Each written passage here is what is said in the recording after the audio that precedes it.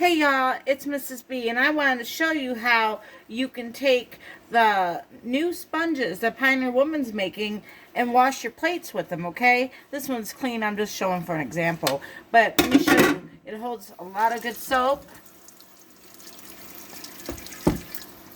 But you don't need too much because then your dishes are going to taste like soap, right? And then when you get your new pans and stuff, you just want to give it a nice gentle rinse because you have no idea who's touched it, right?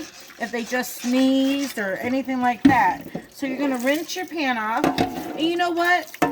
Before I even make that thing from the today's show, which was omelet, I'm going to go ahead and use Pillsbury. It's like they have monkey bread. This is garlic bread. And I'm going to put it in here and just use it like a cookie sheet instead. It's a great pan. In the meantime, I'm heating up some hot water with my Pioneer Woman tea kettle. And I'm going to use the hot water and I'm making some tin fish casserole. So check back in a little bit. I'll be posting some more.